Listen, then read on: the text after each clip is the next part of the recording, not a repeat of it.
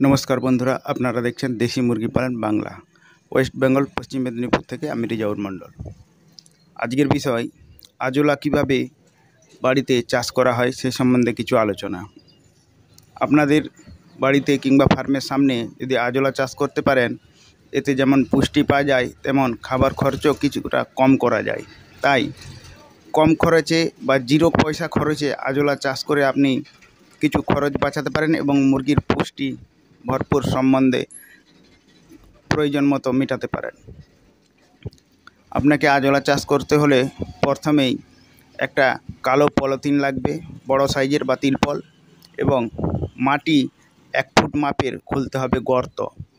10 foot লম্বা হবে, 3 foot চওড়া, আর 1 ফুট গর্ত হবে। ওই গর্তর মধ্যে আপনি পলিথিনটি বিছিয়ে ওর উপরে জল ঢালবেন। জল ঢেলে 4 ঝুড়ি মাটি, 2 ঝুড়ি গোবর সার এর মধ্যে দিয়ে রাখবেন। দিয়ে রাখার পর আজোলা আপনি যেখানে পাওয়া যায় সেখান থেকেও আনতে পারেন, কিংবা অনলাইনেও আজকাল পাওয়া যাচ্ছে আজোলা। ওটাকে যদি 1 কিলো দিয়ে দিতে পারেন, 15 দিন পর থেকে আপনি প্রতিদিন 1-2 কিলো করে ওজনে তুলতে পারবেন। এবং আবার পরিমাণ মতো জল দিয়ে রাখবেন সময় সময়, এবং সার মাটি দিয়ে রাখবেন। এতে মুরগির যেমন পুষ্টির ঘাটতি পূরণ হবে, তেমন খরচও খাবারের কিছুটা কম হবে। তাই যদি আপনি আজোলা চাষ করতে পারেন বিনা পয়সা খরচেই, তাহলে আপনার কিন্তু মুরগির ঘাটতি পূরণ হবে, খাবার খরচও কম হবে। আজোলা চাষ খুব সহজ ব্যাপার। শুধু একবার যদি আপনি বীজ এনে ফেলতে পারেন, ওটা থেকে পরের পর হতেই থাকবে, আপনি খাওয়াতেই পারবেন। এবং ওটা দুপুরের সময় দিবেন, সন্ধ্যার সময় কিংবা সকালে দেওয়া যাবে না। প্রচুর পরিমাণে আজোলায় জল থাকে, তাই দুপুরের সময় রোদের সময় দিবেন।